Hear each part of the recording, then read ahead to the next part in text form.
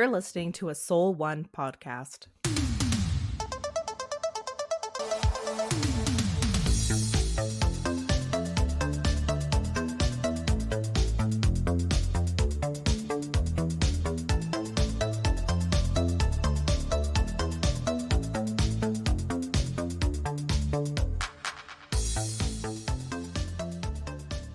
All right, it's the Halloween Spectacular, Taylor. 2-part episode, and Father Quirk is back. Yep. I'm glad to be here. Cue the ghost music, Mike. You didn't even give me time to go. Oh, okay. All right. There's your ghost music. Yeah, it's Halloween. I do have a history of when you sing background music, Taylor, I then overlay it in the background again and again and again. If I have a lot of time on my hands. I might edit that in, and this entire episode may have you making ghost sounds underneath. The sound effects. Yeah. I like it. But welcome back, Father Quirk. Our fans are ready for you because there's fan questions addressed to you, which is great. Yes. I'm now kind of sweating. Feeling tension. That's right. My palms are sweating right now. I don't think we've ever had fun, someone do this. Like, has anyone ever written into one of our guests? No. You've obviously made quite the impression, Father Quirk. Oh. You've made it. You've made podcast legend. You're a legend now. I'll take that as a compliment. I certainly hope so. Well, if it makes anyone feel better, all our questions are pretty Halloween themed. Like, our fans know what time of year it is. We certainly promote, at least on socials, and have talked about on previous podcasts that we're doing 2 episodes back to back with you, Father Quirk, that are all Halloween. So people came ready. Now, I don't think everyone knew what movies we were talking about, though, because there's also some suggestions, which obviously it's too late for that. But maybe next time, we can come back to some of these suggestions. I'm always willing to take suggestions. Unless they're bad. Well, some of them aren't great.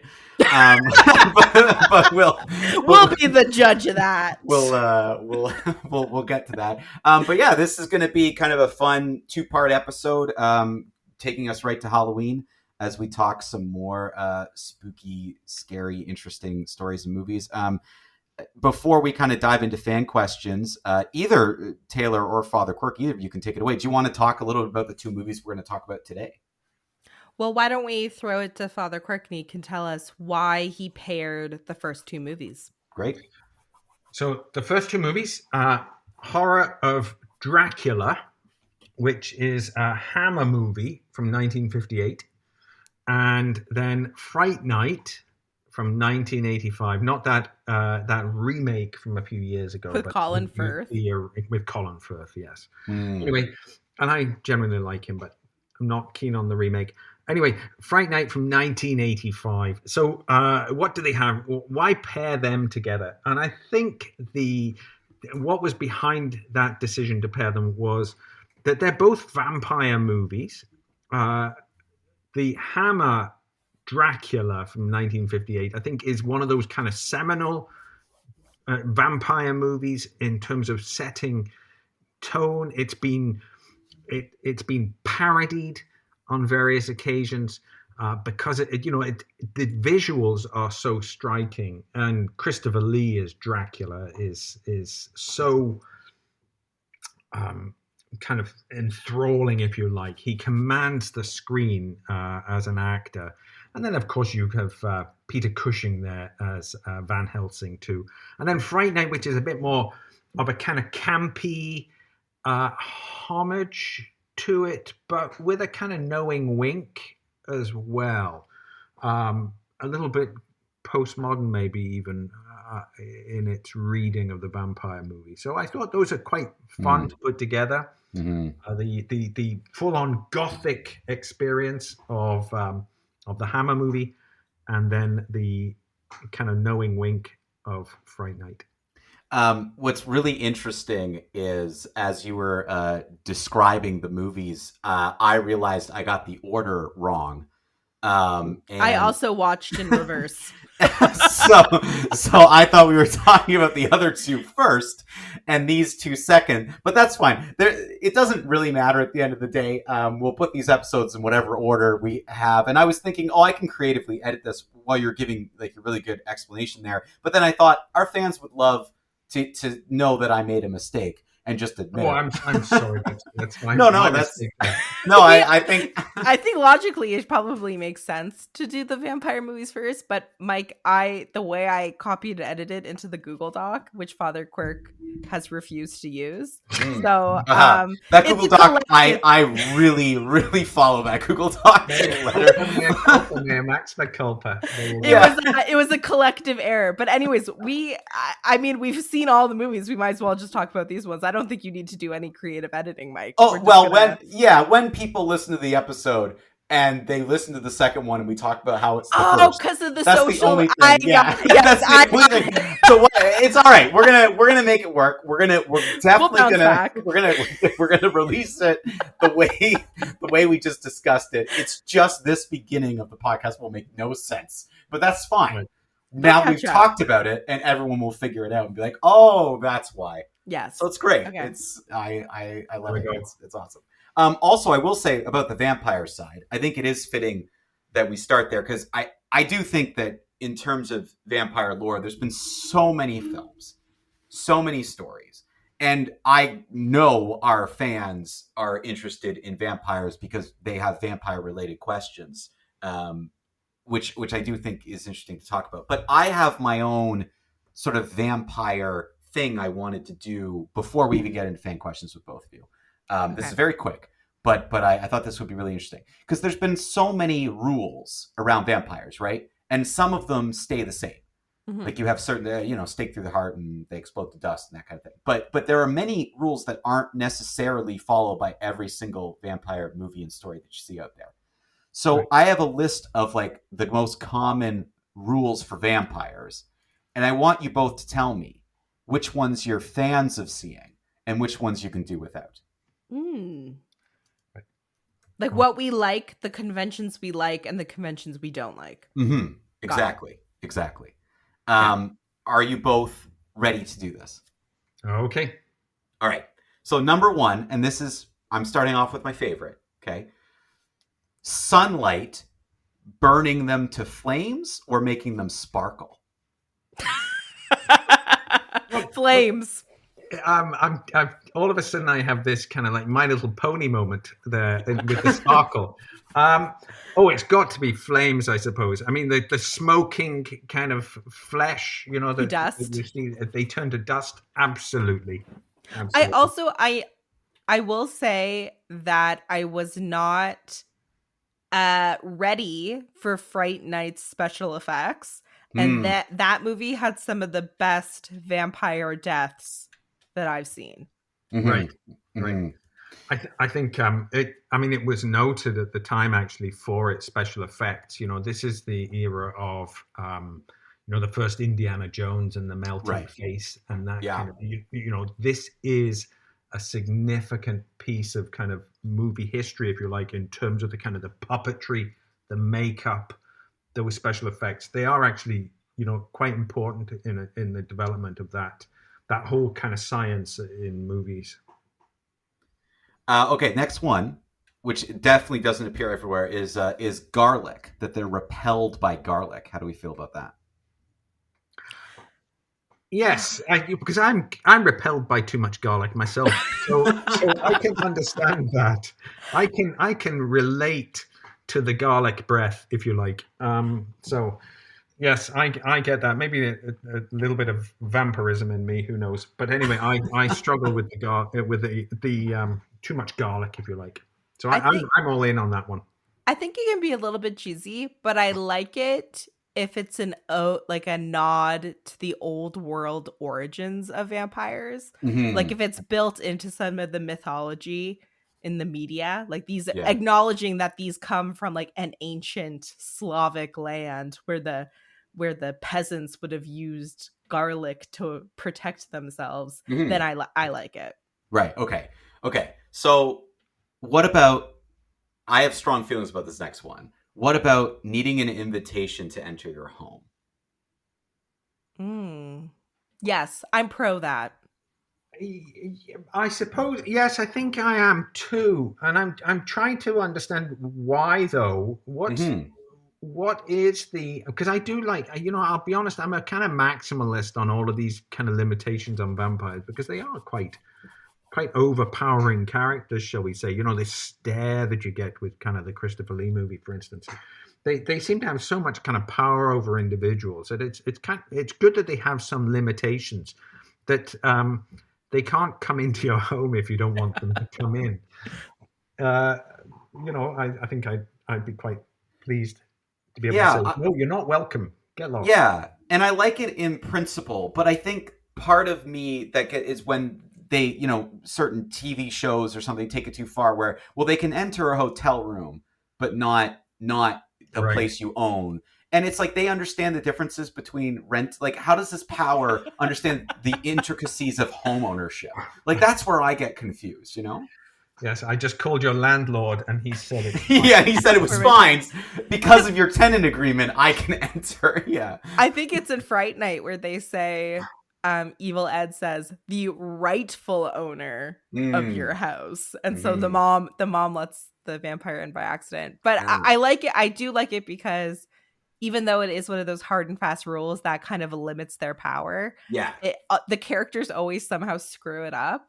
And I also like when it's played for humor, like Cordelia and Buffy, how she's worried about Angel being able to enter the car. Yeah, so they have to, the magic they do on the house, they do on Cordelia's car too. So which they never answer whether or not that was like true. Yeah, they just like, do it. Yeah, they just do it. It was like the ritual. Yeah. So I don't know. I'm with Father James. It's kind of the same idea about fast zombies versus slow zombies. Yeah. Right. Like, I don't know, like having a slow zombie to me is better than the fast zombie. Oh yeah, so I like the slow zombie. Give the vampire some rules. Yeah. It makes the story more interesting. That is kind of my last one, which is about I get they have a variety of supernatural powers, like things like strength and speed and stuff. But I wanted to talk about their stare and their lull, and they're able to kind of like control people, their mind. That again is not something they all seem to be able to do in every movie and every story. What do we think about that?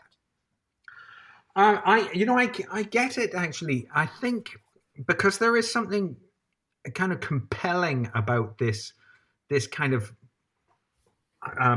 apex predator, which I think a vampire ultimately is they're at the top of the food chain, and I think that if you think of how predators often are able to terrify their victims, I think it fits with that notion of them as an apex predator. So I'm okay with that. Now, maybe that's a kind of more modern reading, kind of almost a reading that is informed by, kind of what we understand about,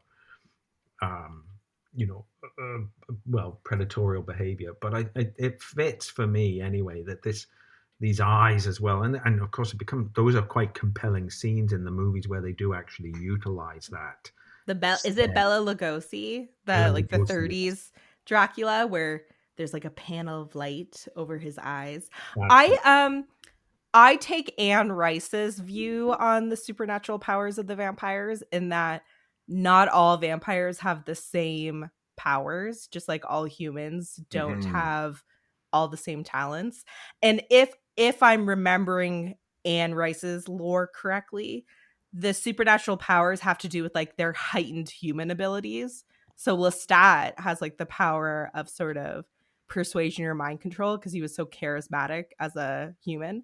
So I like that approach, that some vampires can do mind control or have the power of persuasion or whatever, but not all of them can. Yeah. But I like Dracula.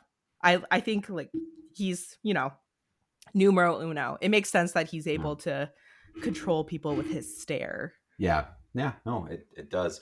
Okay, let's get into some fan questions. And as I said, we've got some questions for Father Quirk, so we should dive into those right away. So this one comes from Amelia, who says, "Hi, Father Quirk. I wanted to know about your interest in all sorts of Halloween or horror-themed movies. Do you ever prefer the spooky but fun, like Hocus Pocus, or are you just in for the full-on horror? And do you have any thoughts on some of the more recent horror movies, say The Conjuring or other franchises like that? Or are you only interested in movies from earlier?" And that comes from Amelia. Well, hello, Amelia. I must admit, I am more of a classic cinema kind of guy. So that is, I picked Hammer not only because it is a kind of seminal kind of Dracula movie, but I have this soft spot for the whole Hammer franchise, even as it petered out in the 1970s. But I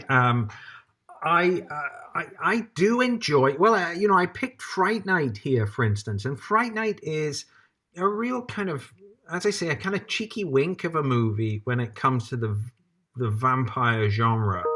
So I do enjoy these kind of comedy horror. Taylor and I have been talking about one that we might do in the future. Who knows? It's the Fearless Vampire Hunters by Polanski. Roman Polanski. That's right. And so I do enjoy a nice comedy horror, but I have a love for older horror movies. But I do watch Midsummer and movies like that recently. So I think sometimes the problem with the horror genre is sometimes you end up with too much of a kind of schlocky, kind of low budget output, and I'm not so keen on those. So that's my biggest annoyance, if you like, with horror movies, is that sometimes you get the really poor quality B movies. So. And Yeah. what's your opinion of Hocus Pocus? Did you watch that with your girls growing up? You would bring us back to Hocus Pocus. How could you? I'm not a fan of Hocus Pocus. I recognize it actually is a lot of fun. I do, and so I think it is a lot of fun. If I told you that my family really enjoy Hocus Pocus, and I suffer through it kind of willingly to please my family, but I'm not a huge fan of that one. The Witches, I think of it in the same category as The Witches, the original one. With Angelica Houston? That's it. And I put it in the same category as that. Not a favorite of mine, I have to admit. So, but fair enough. You can't like them all. I can't. That's it. This next question is from, it looks like it's anonymous. And this is a pretty interesting one. I'm looking for a Halloween movie this year, but I want to go with something that's maybe a little bit off the usually traveled path. So do you have any suggestions for underrated Halloween movies or scary movies that people just are not talking about? Looking for suggestions. Oh boy. Wow. That's a really great question, and I'm scouring my mind to think, what would I suggest? I understand the dilemma there a great deal, because if you look at lists for Halloween movies, they're always the same 10, 15 movies that people just keep coming back to, and I think that there is often a kind of the recent history kind of tendency, anything from the last 20 years, and people focus on those. I'm just trying to think what would be a good one. I think off the beaten path, while Father Quirk is thinking, keeping with the vampire themed, Let the Right One In, the Swedish movie, the original one, not the English remake with Chloe, whatever her last name is. Let the Right One In. That is a pretty good, or really good, underrated Swedish movie. I don't see that on a lot of lists. Father, would you agree? I agree completely, actually. You're right about that. And the original Swedish one is wonderful. Very atmospheric, and I love that combination of the vampire story, but also with this coming of age narrative as well. So that's a great suggestion. I've just thought of one which is really off the beaten path, and if you can find it, although it was on Apple TV recently, the iTunes store. So and on a good sale. Dog Soldiers, and it is about a unit of soldiers in the British Army who are up in Scotland on a march in the kind of back beyond, and they end up being attacked by werewolves, and it is such a hoot. It is very funny, lots of gore, I have to admit, but very, very snappy dialogue, lots of quite impressive visuals as well, and it was quite it had a lot of positive reviews at the time, but of course was not picked up so much in North America. So Dog Soldiers, if you can find that for a werewolf movie, there's one. And I have one more vampire movie. And Father Quirk, you can let me know if you think this is off the beaten path enough. A Girl Walks Home Alone at Night. The Iranian vampire movie. Right. I'm going to have to admit my ignorance in this moment. This is from 2014, and the synopsis is: residents of a worn-down Iranian city encounter a skateboarding vampire who preys on men who disrespect women. I'm in. It's described as a horror, romance, comedy, western. Triply in. There you go. So that's a good. I saw that one at the screening room when it came out in 2014. That's a good one. I think we had this question a couple years ago, Mike and Father Quirk, about someone asked us to recommend them a movie, a Halloween movie.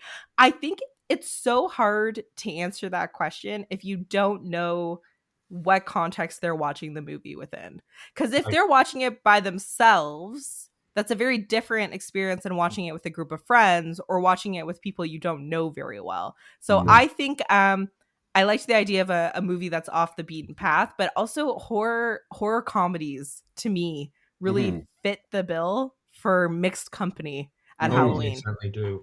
They certainly do. Wasn't Tucker and Dale fight? What was that one? Fight Evil. It's so funny, that movie. Actually, that is just one of those great horror comedies. Tucker and Dale versus Evil. Have you ever seen it? It's very funny. I have not seen it. It plays so many tricks with the summer slasher genre, where you've got these two hillbillies. So it's a little bit of Deliverance, except so it presents them as if they were the bad guys in Deliverance, except they're not. They're just two very sweet, slightly slow hillbillies, and they keep trying to help out these college students who think that they are actually people out of Deliverance, and they keep having these terrible accidents happen to them, and they attribute it to Tucker and Dale.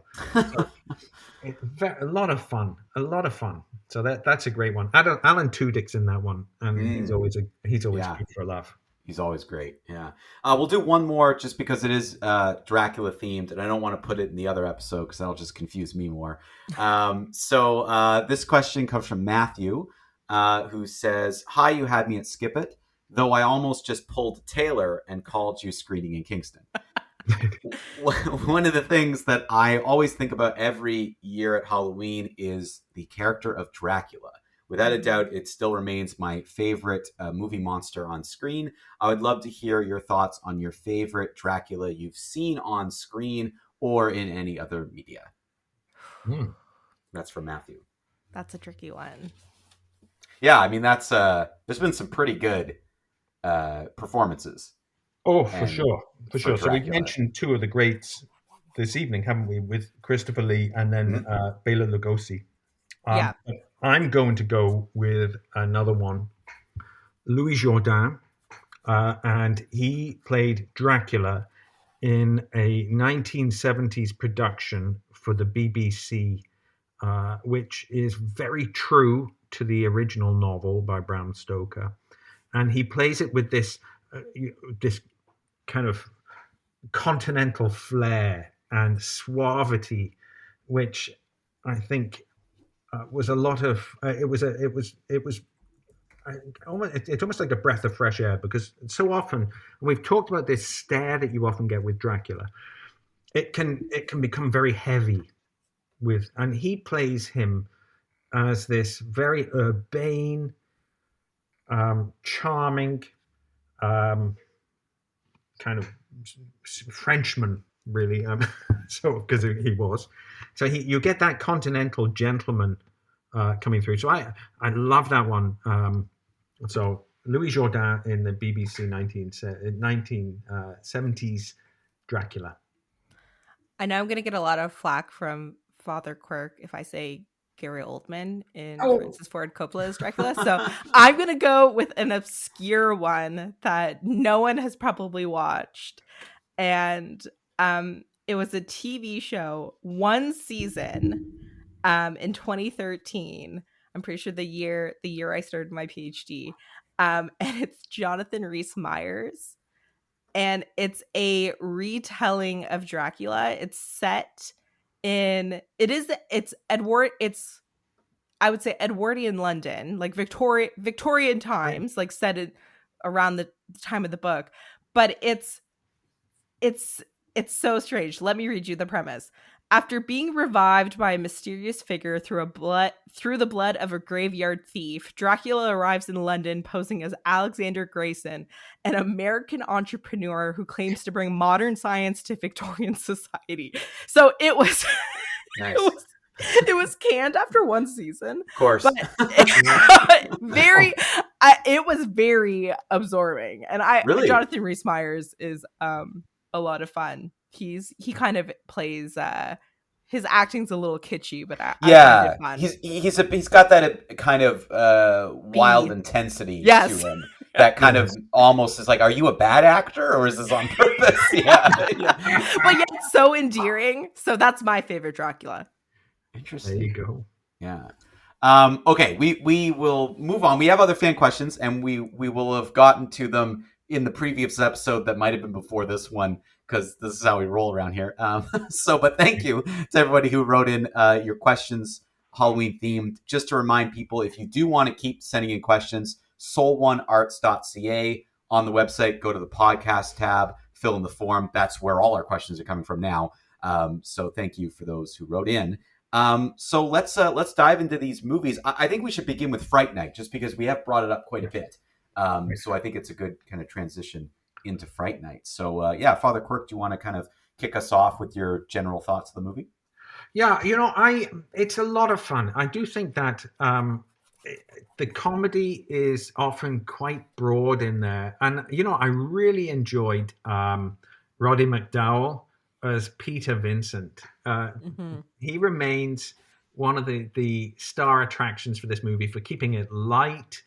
And I love that character, Peter Vincent, of course, Peter Cushing, Vincent Price, and so there's a little bit of a homage to those two kind of horror greats, but then also the nod and the wink towards Vincent Price's House of Horror in the 1970s, where he would do the late night showings of kind of B-movie horror movies. So I think he is a real. He just plays it so well in terms of this washed up actor who is dismissive then of the young fellow. What's his name again? Charlie.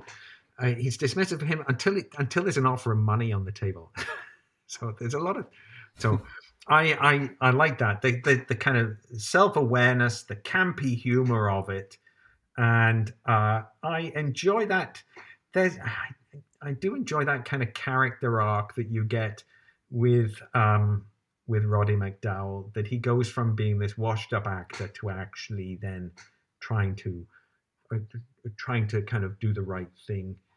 In the end, he turns up and he wants to be the hero that Charlie believes him to be, even though in fact he's failed so up to that point in the movie.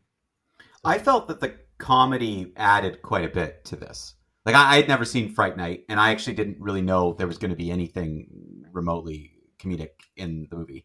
I didn't know much. I honestly didn't know much about it other than there was a remake. How did, like, in terms, I know you spoke about it a little bit in the fan questions, but how do you feel like movies like this balance between like horror, which obviously is there, but the comedy, like, do you feel it really adds a lot to kind of have that as part of it? I do tend to think of it more as a comedy than a horror. I think that the comedy often takes down the tension quite a lot, and so I think it pulls away a little bit from the kind of the full on horror. So I enjoy, but I enjoy a nice comedy movie as well. I'm sure all your regulars think that this guy, wow, we got this priest who loves horror movies, and that's what he's really into. I like comedy too, folks. So one thing I would say is I found evil quite grating in the movie. And I found some of the 80s stuff. One thing I would say about watching 80s movies is the aesthetics of the 80s, for me, and maybe it's as someone who lived through it and wasn't aware of it, I look back on it and go, oh my goodness, did people really dress that way? Is that... is that really what? Oh my goodness, the big hair, the terrible outfits. So anyway, that I found evil quite grating. So I thought that was interesting because I hadn't really focused on him. I remembered him being turned into a vampire partway through the movie, but I hadn't focused on that annoying laugh of his, and this. He's a bit of a rat in terms of. That's a good way to describe him. He doesn't age well. He definitely feels like something out of the 80s. That's kind of like that geeky sidekick, annoying sidekick. He even kind of has, you mentioned his voice, his laugh, but I find his whole voice was kind of annoying, like that nasally delivery. He wasn't great. Although his turn into a vampire he wasn't as annoying as a vampire. I thought he was pretty effective. And then after he gets burned with the cross and like how his face kind of gets warped and gets stuck that way, I thought that was really good character design. Yes. And I mentioned at the beginning of the episode, I did find the special effects, they definitely, I want to caution some people because we have some younger listeners who aren't used to practical effects, who have grown up on CGI. So it's 1980s practical effects. So it doesn't look as, I would say, polished as maybe you would expect in a CGI horror movie. Pretty now. Good though, I would say. I have said all along, as long as we've been taping this show, I would always take a practical effect, even a bad practical effect, over CGI any day. Absolutely. But you're right, though, Taylor. Not all of our fans feel the same way. No. we have fans who don't even watch black and white movies. No. Or sometimes we'll talk about movies that we watched when we were young, and they're just like, never heard of it. Yeah. Never heard of it at all. There is a horrifying idea. No black and white movies. Seriously. It's brutal. But it just goes to show, different eras.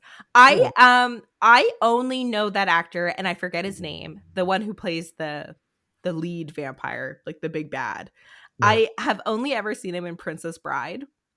Chris Sarandon, that's his name. Yeah, so I was pleasantly surprised that he was in this movie because I've never seen him in anything else.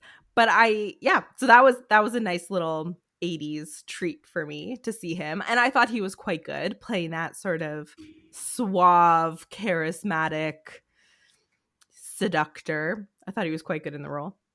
Right. I thought it was a very like enjoyable movie. Like it's one of those movies to me that's just I describe it as an easy watch in terms of I'm entertained the whole time. And the complaint I've heard from many people about movies from like the 80s or even earlier is that it's boring. Like I can't say that about 80s movies. Oh yeah, all the time. And I cannot understand it. And this is one of the examples that I would give. I'd say like, well, here's a handful of 80s movies that are end-to-end entertainment. Like it's an easy watch in terms of the entertainment value. Absolutely. This is one that is great fun to watch with friends. If you wanted to throw this on with a bunch of friends, as you're getting close to Halloween, this is the perfect movie for that. Because you can kind of laugh at some of the stuff. It does ratchet up the tension at different times, and it's clever. The plotting is quite clever. I love that scene where Roddy McDowall kind of drops his little mirror, and then that's when he realizes that Chris Sarandon is actually really a vampire. That Jerry, that's the name of the vampire, isn't it? Jerry is a vampire. Jerry. And that he realizes in that moment. And so there are moments of real tension in the movie, and at the same time, it's funny too. And again, if you look back, if you want a snapshot of the 1980s, it's a pretty good snapshot of mid 1980s. 1985. It's funny that you brought up did we actually dress that way, or did people actually dress that way in the 80s? Often, when movies that are made now, like think of Stranger Things, are like, okay, we're gonna do the wardrobe of the 80s, and they seem to like just kind of get it wrong. And then you watch a movie like this and you're like, oh, maybe those movies are actually pretty close to the truth, because some of the wardrobe choices in this movie are pretty wild. A lot of suspenders. Yes, you just have to accept that the 1980s were in some ways a kind of fashion train wreck. Was it that way back home over the pond, or did you guys dress a little bit more tweed? I love what you think of me. There you go. I did wear tweed. To be honest, I did wear tweed. That tells you something about me. No, I think you saw a lot of new wave, and you're seeing a certain amount of that in these shows. Certainly, Stranger Things. If you think of that, you see the new wave kind of look there. The 1980s, you started to get that homogenous style around the kind of the Western world as well. But I would say I always marched to a different drum, to be honest. So I avoided the worst excesses of some of the outfits in the 1980s. But of course, I'm sure that when I look back at photographs from that time, I think, oh my goodness, please burn that photograph now. We must move forward because we do have one more movie to talk about. We're actually moving back in time. So to 1958, to be very specific. So yeah, give us some of your thoughts, Father, on Horror of Dracula. So again, a great love of mine from way back, having seen that when I was a teen. I didn't have, with Fright Night, I actually had to sneak into the movie theater. I'm going to kind of make an admission there with that one. I had to sneak into the movie theater because I was too young. So I did sneak in for that one. But I saw Horror of Dracula back in when I was a teenager as well. And of course, you have that wonderful kind of pairing of Christopher Lee and Peter Cushing. And I think, Peter Cushing as Van Helsing, a very kind of competent Van Helsing, quite the opposite, if you like, from Roddy McDowall in Fright Night there. But, because he's always in control, he never breaks a sweat. He is utterly kind of competent. A man of science. That's right. A man of science. Absolutely. And, but Christopher Lee, of course, has that kind of magnetic kind of personality on the screen. Whenever he's on screen, he draws attention to himself, and I think he is wonderful in that. Terence Fisher, the director of this, is so important in terms of the Hammer universe. Do you want to spend, just for, again, our younger listeners, or maybe our listeners who only watch largely American Hollywood movies, can you tell us a little bit about the Hammer universe? So Hammer was a movie production company that was really, I think, became big in the late 1950s. Their first movie was actually the year before, 1957, and it was Frankenstein. Again, with Peter Cushing as Frankenstein and Christopher Lee as the monster.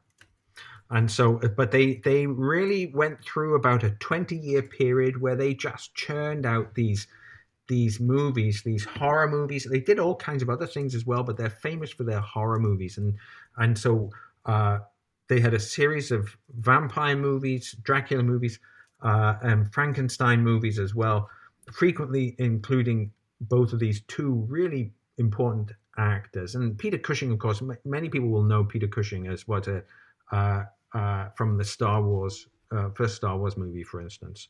So they'll know him for that, or Christopher Lee as Saruman in the Lord of the Rings movies. But they both deserve so much more attention. So if you're one of these people who goes, I don't go back further than the 1980s, shame on you, shame on you. So anyway, sorry. So Hammer is such a kind of important thing. But you'll see if you watch this movie, you'll see how, in fact, the color palette of a Hammer movie is rich and deep reds and kind of these velvets, and there's a kind of lushness, a Gothic quality to the Hammer movies that is just wonderful, and so many of the things that you'll see movies reacting against later on, like Fright Night, for instance, it's kind of bouncing off these Hammer movies, if you like, the way that either as a homage or maybe as a kind of repudiation sometimes with some movies. But Hammer is just this big beast of a horror production company in that 1950s to the mid 1970s, and they've got some wonderful movies. If you want to know what my favorite Hammer movie is, it's The Devil Rides Out, which is Christopher Lee again as the kind of lead in that wonderful movie. There again, Terence Fisher, he was a great director in the Hammer studio. So one of the things that I want to quickly touch upon before we go is going back to that point of the combo of these movies together. Aside from obviously the vampire connection, are there any other kind of thoughts you have just on why you think this would even be a good pairing?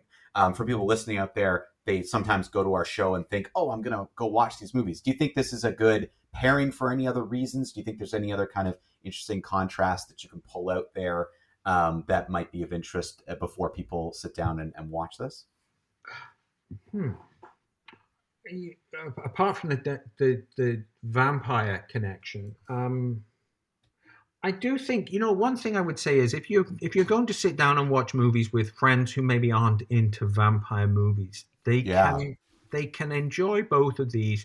They're not going to be ones that leave you feeling like, where did we go in the last hour and a half? I don't know what I just watched. They're not. It won't be like watching the new Nosferatu. Yeah. Right. These are very, I would say, accessible horror movies, but like not in a negative sense. No, I think they're both very good examples of really actually quite important vampire movies, but accessible vampire movies. And I think so that's something I would say is they're Yeah, that's fair. No, I think that's totally fair. And again, I think it's totally also fair to kind of tell our listeners these kinds of different nuances that some of these movies have. It's not going to be quite what maybe they're used to or they expect. But that, again, trying something new like one of these films that you're not used to from a time and a genre that has kind of changed over time, I think it can still be a lot of fun. And it was really interesting, especially for like Fright Night. I think visiting that was really interesting. I'd never really watched it, even though I had heard of it. And I think it really holds up. So yeah, and as far as I'm concerned. So before we let everyone go, we've got to give ratings here. So yeah, Father, take it away. What are your ratings for our two movies here? Well, having picked them, I don't know that I can really say that. I think 2 thumbs up for both of them, if you like, in terms of going back to Roger Ebert and Gene Siskel there. 2 thumbs up. No, I think they are. I think they're well worth doing. If you want to kind of understand the development of vampire movies over time, I think they're both entries in that genre that need to be at least kind of taken into account. So I'd encourage people to watch them. If you're interested in vampire movies, watch them, because in fact they are kind of like, if you like, mile markers along the way. I feel the same Father Quirk, even though I didn't pick these movies, I think they're both see-its. I think that they're, like we said, they're just enjoyable movies that you can throw on, that you're going to get entertainment from. But also it is, to your point, Father Quirk, it is interesting to watch the evolution of vampires and how they're portrayed on screen. And we didn't get to talk about it because we ran out of time, but the idea that the Horror of Dracula is based on the Bram Stoker novel, but also scrambled. It's like they put the source material into a blender. So I thought that was like for me, that made it a very interesting watch, because I was expecting more of a straight retelling, but they kind of shuffled up the characters. So that was a lot of fun. And then, Mike, similar to you, I knew a little bit about Fright Night. I knew the very basic premise. A vampire moves next door to a boy in high school, and they're in the middle of the suburbs. And a very simple premise, but just a lot of fun. And there are, it is creepy and there is tension, and some of the special effects are quite grotesque. And it's, like I said, it's some of the best death scenes I've seen of a vampire in any media. So for me, they're both see-its, well worth a watch, and a perfect pairing for Halloween. We'll leave it there. And I just want to say to everyone, happy Halloween, regardless of when this episode ends up on air. These Halloween episodes kind of bring us right to Halloween anyway. So happy Halloween to everybody. We hope you enjoy your horror movies. Go see some movies. Thank you for listening to You Had Me at Skip It, a Soul One Arts Inc. podcast. This podcast is produced by Mike Shepard and Austin Spinner Summer. It is a project of Soul One Arts Inc. To learn more about Soul One and all the great work that Soul One is doing in the arts community, especially in film, theater, and other performing arts, visit soul1arts.ca. You can contribute to this podcast by visiting soul1arts.ca and going to the podcast tab. You'll find all the information on You Had Me at Skip It and how you can get your questions read on air each week. Thank you again for listening.